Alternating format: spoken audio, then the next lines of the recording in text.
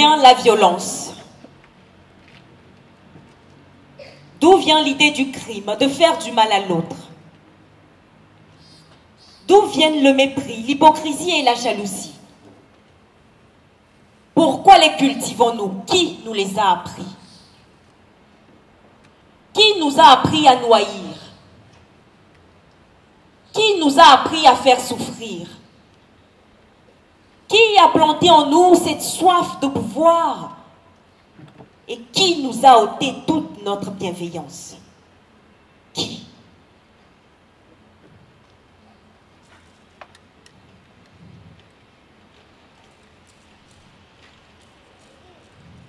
Enfant, mais différent. Lui, il a des droits et elle des devoirs.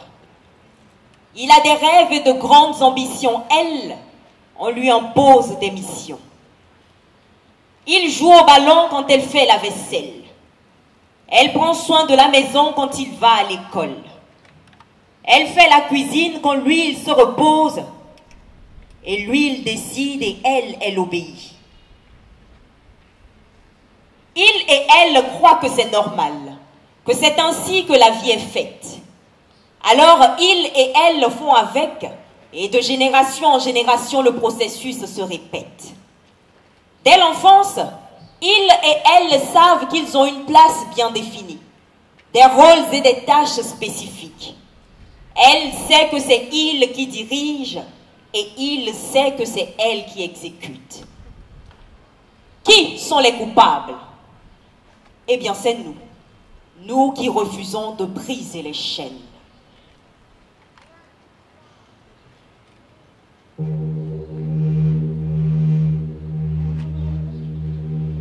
Mama de Bidogo, Mama Bonanubo,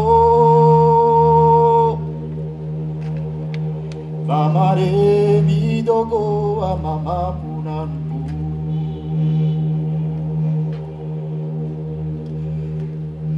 Mama de Bidogo, Mama Bonanubo, Mama de Bidogo, Mama Bonanubo.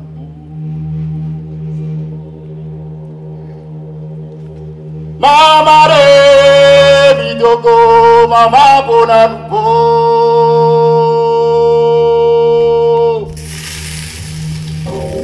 Mama de Bidogo, Mama Bonanubo.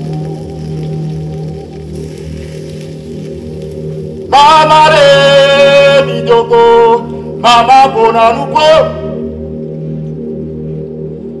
Mama de Bidogo, Mama de Bidogo, Mama Bonanubo. Mama de Bidogo, Mama Bonanubo.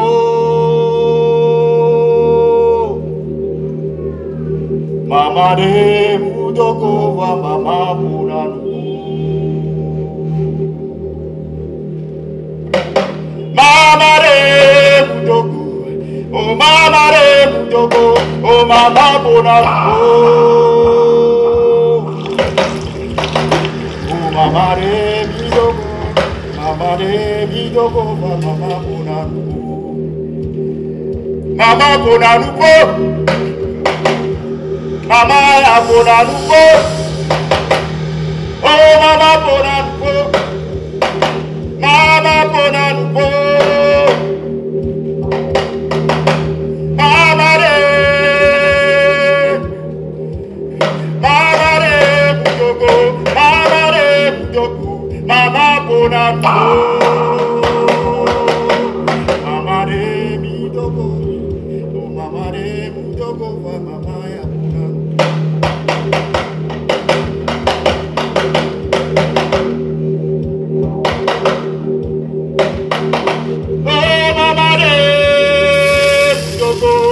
Oh Mama Bonanubo, oh Mama de Bidogo, Mama Bonanubo. Oh Mama de Bidogo, Mama ya Bonanubo. Mama de Bidogo, Mama de midogo mama punalu. Mama de midogo mama punalu. Mama de midogo mama punalu. Mama de midogo mama punalu.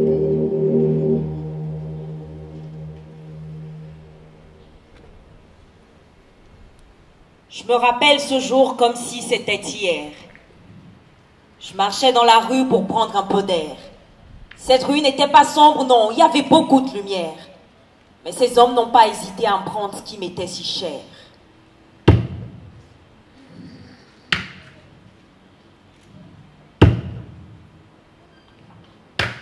En l'espace de quelques minutes, ils m'avaient tout volé. Mon honneur, ma dignité et ma virginité. Je me sentais sale, souillée comme un déchet, une saleté, car de moi, ils avaient plus qu'abusé.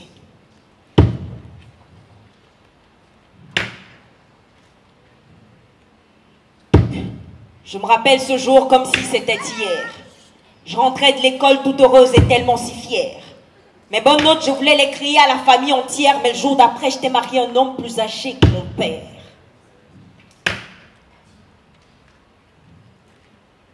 Je suis l'affligée qui n'a pas droit à la liberté. L'offerte, la vendue, mais surtout la non écoutée. Je suis celle qui a tout ce qu'elle n'a jamais demandé. Je n'ai que 17 ans, je suis mère au foyer.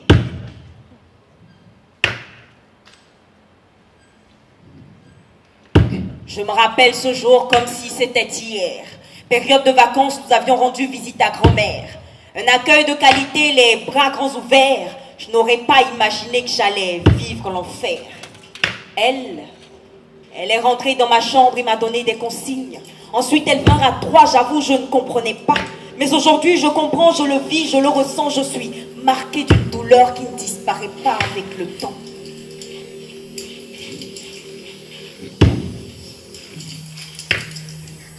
On m'a dit qu'il est parfois mieux de se taire. Et voilà que j'ai grandi et je me laisse toujours faire. On m'a dit qu'il est parfois mieux de vivre caché. Et voilà que j'ai mal, mais je ne peux me dévoiler. Je suis celle qui subit sans avoir le droit de réagir. Je suis celle qui gémit sans avoir le droit d'agir. Je suis celle qui pleure sans avoir le droit de crier. Je suis celle qui a peur sans avoir le droit de parler.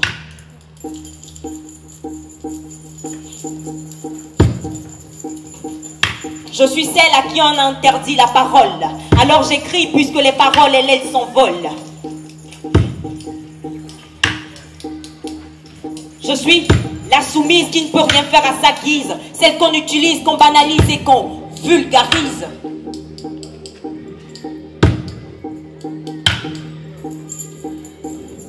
Je suis celle qui sourit à longueur de journée et pourtant mutilée, inconsidérée, insensée. Je suis la battue, la violée, la mule utilisée, celle qui a besoin d'une permission pour respirer. Je suis celle qui n'a pas le droit de dire non, car oui est décrété et être mon véritable nom. Je suis celle qui n'a que les larmes comme arme, alors je m'exprime avec la flamme de mon âme.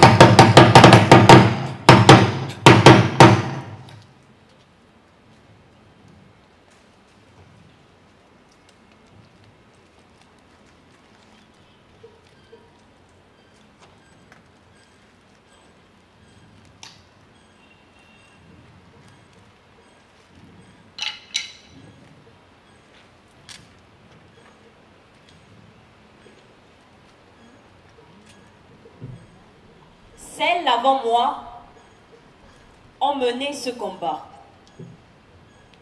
Celles avec moi mènent ce combat. Et celles après moi, hélas, mèneront ce combat. Car dans ce monde ici-bas, on ne se comprend pas. Celles avant moi ont mené ce combat. Celles avec moi mènent ce combat. Et celles après moi, hélas, mèneront ce combat. Car dans ce monde ici-bas, on ne se comprend pas. Voici plusieurs années que ce calvaire dure. De fille à femme, je suis passée à celle que tout le monde dit femme. De l'amour de mon homme, je ne suis même plus sûre. De moi, il s'est lassé, il peine même à me toucher. J'ai pleuré toutes les larmes de mon corps, larmes de mes espérances. Mais mon sang, chaque mois, il coule encore et encore. Et mon âge, il avance en emportant toutes mes chances. C'est à croire qu'à mon être s'est alliée la malchance. Je veux que les injures envers moi s'arrêtent. Qu'au lieu de me mépriser, mes proches, ils me comprennent.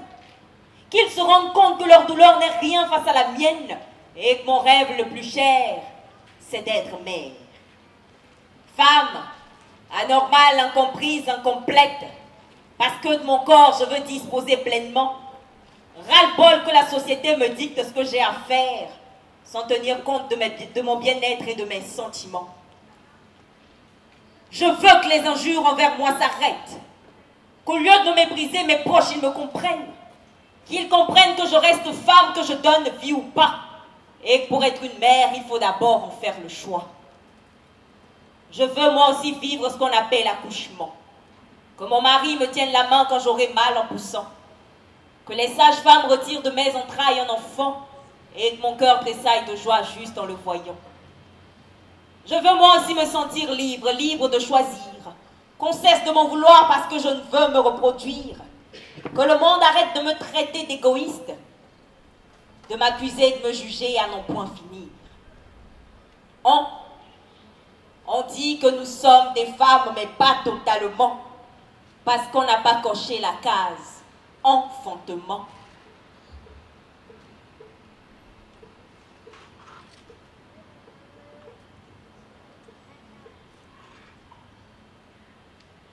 Donnez à la femme ce qui lui revient de droit. C'est tout ce qu'elle demande, marre de vivre dans l'effroi.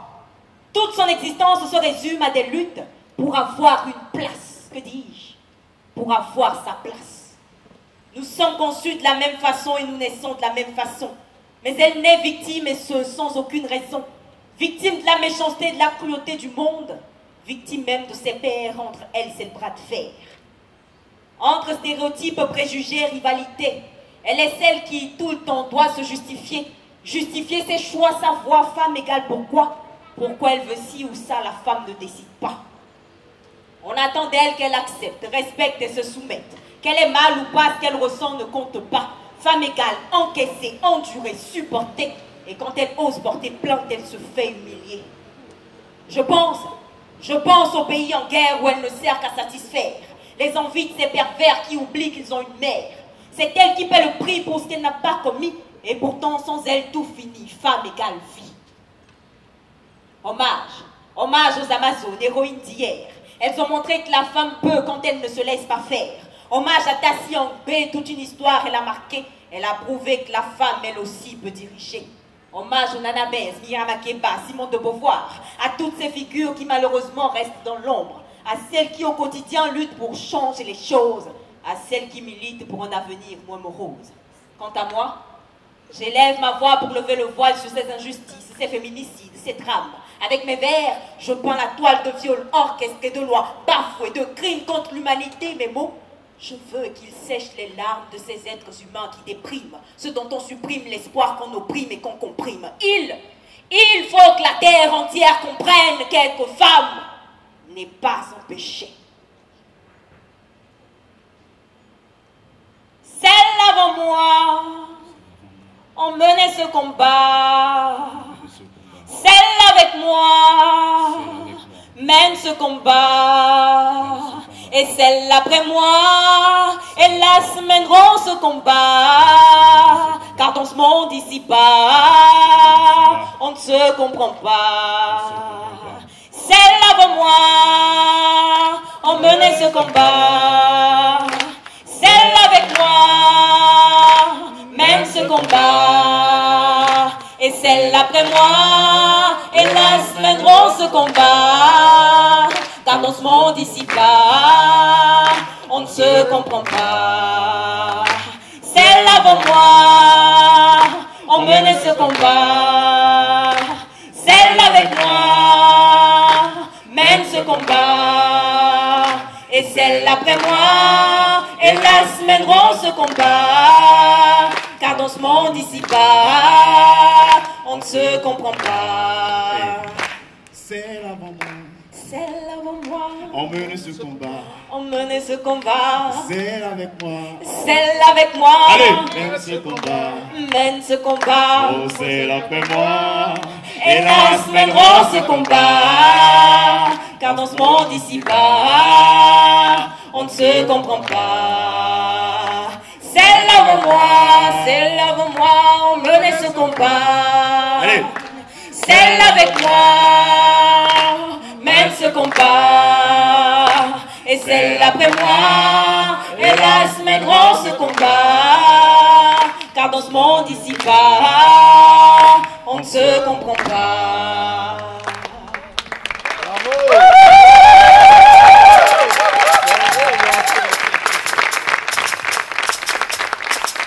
C'est une guerre qui n'a pas besoin d'armes, juste d'oreilles qui savent écouter, de cervelles qui savent comprendre et apprendre, et de cœurs qui ressentent.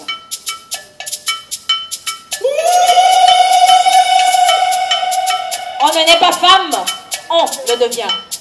On ne naît pas homme, on le devient. On ne naît pas fort ou forte, on le devient. On ne naît pas faible, on le devient. On ne naît pas sexiste, on le devient. On ne naît pas soumis ou soumise, on le devient. On ne naît pas violent ou violente, on le devient. L'être humain ne naît pas humain, il le devient. C'est dès le bas âge qu'il faut apprendre à nos enfants à bien faire. Apprenons-leur à être bons et à être justes. Apprenons-leur qu'à eux deux, ils ont des droits et des devoirs. Et que c'est ensemble qu'il faut bâtir l'humanité. Les responsables, c'est nous. Alors apprenons-nous à nous respecter et à respecter les autres. Apprenons-nous à nous entraider et à nous aimer. Cultivons la paix pour le bien de tous et de toutes. Parce qu'il doit savoir qu'il est sensible. Et elle doit savoir qu'elle est forte. Il et elle doivent savoir qu'ils ont des droits et aussi des devoirs. Ensemble, transmettons la bonne moralité.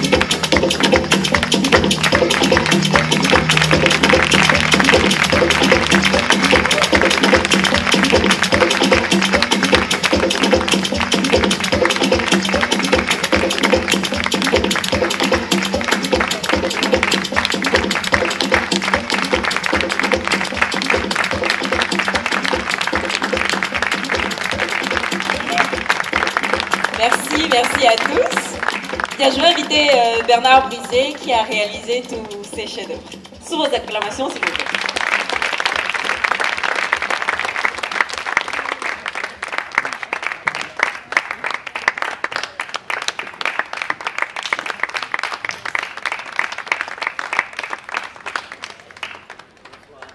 Mesdames et messieurs, d'abord je dois vous exprimer toute ma fierté d'être présent parmi vous ce soir et la fierté et le grand honneur que j'ai éprouvé durant cette quinzaine de résidences à travailler avec des artistes aussi jeunes mais aussi matures et talentueux avec lesquels j'ai pu travailler.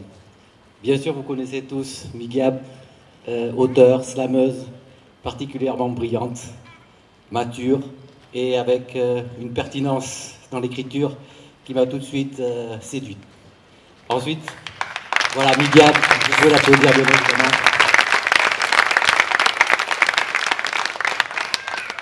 L'idée vraiment de cette résidence et de cette performance audiovisuelle, c'était vraiment d'associer tous les médiums, c'est-à-dire faire en sorte que cette thématique, malheureusement universelle, intemporelle, et d'une gravité toujours visible et audible dans nos sociétés contemporaines, quel que soit le lieu ou l'époque, il nous a semblé intéressant de mêler différentes écritures. Une écriture iconographique par l'image, une écriture par le texte, le verbe et l'éloquence, et une écriture aussi musicale, qui contribuait à donner une ambiance et une interaction entre ces éléments. Et donc nous avons travaillé avec Eva Mock et Efoué Beteblo, qui est ici présent, qui ont fait un très très beau travail d'écriture musicale, mêlant sonorité, électro et percussions traditionnelles. Ensuite, je tiens bien évidemment à remercier notre homme discret, celui qui se cache au niveau de la régie. J'ai nommé Dario Labi qui a fait le montage audiovisuel, qui a fait un très beau travail également. Je voudrais bien évidemment remercier, et j'aurais dû commencer par là d'ailleurs, remercier l'Institut français de nous avoir invités, de nous avoir permis de travailler dans d'excellentes conditions. Donc merci à l'Institut et à toutes ses équipes et son personnel. Remercier tous les modèles, beaucoup sont présentes ce soir, donc je voulais remercier toutes les modèles et tous les modèles qui ont travaillé avec moi, qui ont accepté de poser devant mon objectif et de jouer au jeu des apparences pour cette thématique qui nous semblait être une noble cause. Donc merci, leurs noms, je ne peux pas les nommer toutes, donc leurs noms sont affichés derrière moi au niveau de l'écran. Encore un grand merci à elles. Et pour terminer, parce que je suis plutôt de nature bavarde, donc je vais essayer de me limiter quand même. Mais pour terminer, je voudrais inviter notre reine Tassi Angbe à nous, qui a été notre reine pendant 15 jours, notre metteuse en scène. Je vous demande d'acclamer Madame Adjaratou Yerima. Adjaratou, viens nous rejoindre, s'il te plaît. Elle a fait un travail énorme, parce que c'était pas évident de mener toute notre petite bande et d'essayer de faire émerger quelque chose qui soit cohérent. Merci à toi, Adjaratou. Je te laisse la parole. Ben, merci beaucoup. Merci de vous être déplacé, d'être là ce soir pour nous. C'est à vous que je transmets le merci. Et dire merci aussi à Bernard pour avoir pensé à ce projet et nous avoir invités dessus. Merci, un grand merci à Migyab et à Efoué d'avoir fait le parcours, le travail pour présenter ce spectacle ce soir à Dario, Ferdinand, l'équipe de l'Institut français. J'ai juste à dire merci, vraiment. Ça a été un plaisir pour moi d'avoir passé ces 2 semaines avec l'équipe et d'avoir échangé, voilà quoi.